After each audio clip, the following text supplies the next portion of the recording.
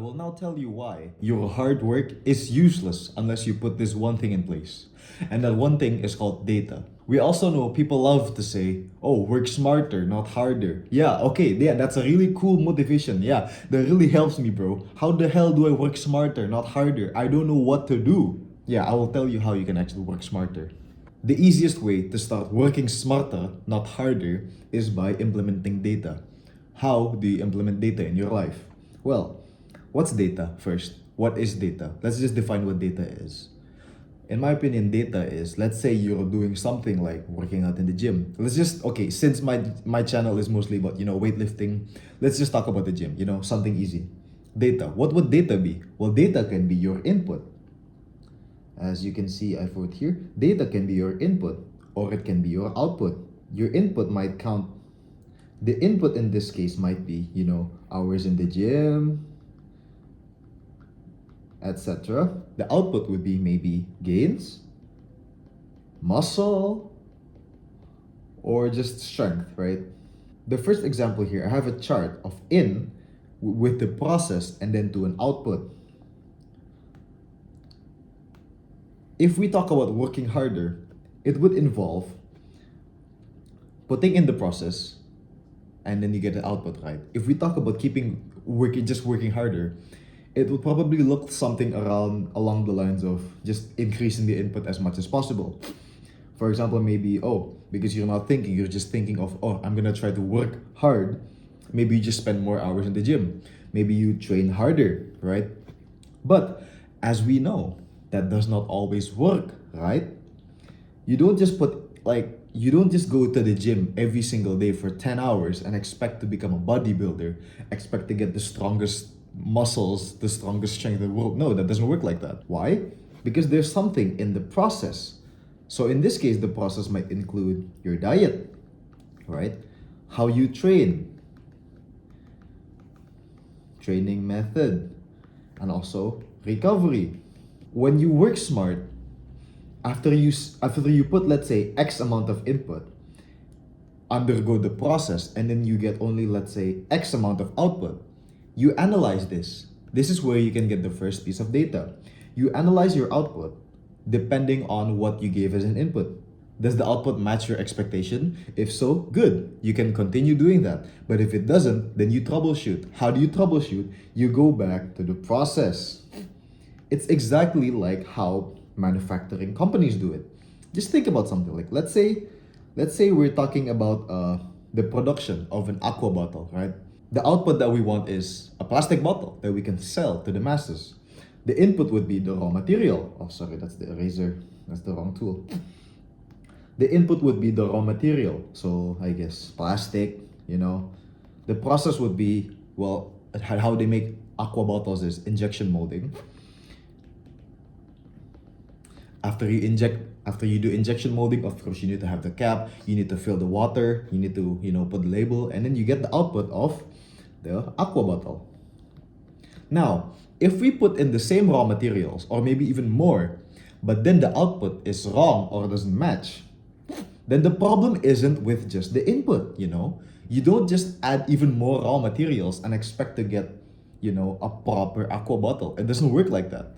If, let's say, you use the same raw materials that will make an aqua bottle, but the product is defective, then you need to look back at the process.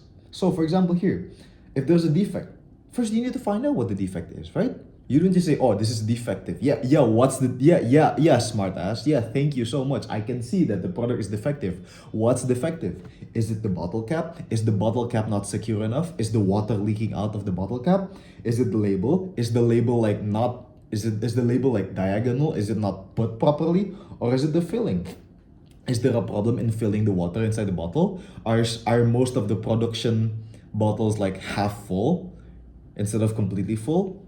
This is where you get the data. You need to find out what's wrong, what's the defect. And that's also why, if you think about in a production line, right, from the raw material to the final product, that's why they all have these hardware monitors. They also have these sensors. They have all these sensors, these counters, etc. Big companies, big production companies, they all have this data. If you've ever been to a production line, right? There's the data of like, oh yeah, what's coming in, the estimated output, all that, right? We can take this and implement it into our own lives. Not just like the example of the gym that I told you earlier, but our own lives. For example, let's have a new place to write here. Let's say the goal that you want, so output is, let's say you want to do squats, right? You want to add 10 kilos to your squat, right? So what would the input be? Training, of course. Training. Training, diet, rest. How would you get the data? Well, let's say you go in a timeline, right? This is the day, let's put it X, and this is 1 week from now, so 7 days. Let's say right now your squat is 100 kg, right? You train well for a week, and then you see next week, how much can you squat? Let's say, for example, you're still in the newbie gains phase, and you added 10 kilos to your squat. What does this mean? This means that, well, okay, you completed your goal first try. That's very good. Now, let's say you made a mistake and somehow your squat ended up dropping, right? Let's say you did like squats, and then suddenly next week you try to squat again after like some rest or something, and you can barely lift 100 kg. You can only lift 95. What does that mean? That means in this time frame, there was a loss in the squat. What can you do with this data? Well, you fucking analyze it. You analyze it. See, the thing with most people, what they just do, they just go to the gym and they don't think about anything. Look, you see, here, as I wrote here, most people just guess. They don't think, right? But if you're doing that, you're not actually just guessing. You're gambling. We all know what gambling is, right? You're basically throwing away money, you're hoping to hit a jackpot. But most of the time you don't. As I wrote here, it's just throwing shit at the wall and seeing what sticks, hoping it sticks. Just doing something randomly without thinking and hoping it works. And I'm not telling you to become a gym bro nerd. No. It's just you need to have this mindset of like a system approach. You have to look at it the way big companies do it in manufacturing lines. Okay, so for example, back to this example. If you dropped 5 kilos instead of gaining strength, what could be the problem? Well, there's a lot of possible problems. Well, first, we can list down what we think the problem can be.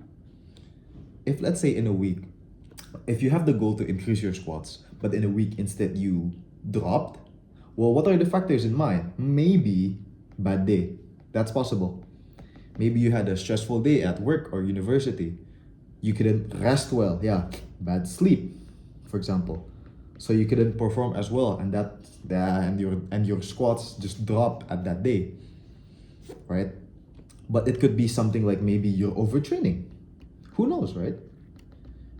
And I'm not saying that like these three solutions are I'm still gonna write more, but like I'm not saying these are the solutions to your problem. I mean the cause of your problem. But what I am trying to say is that's what troubleshooting is, as I put here. If it's correct, good, continue doing it. If it's wrong, find out what's wrong. Troubleshoot, go back to your process, review the process, find out if there was any mistakes in the process. So for example, yes, maybe the process mistake could be a bad day, a bad night of sleep, maybe you're overtraining, or maybe your diet is bad.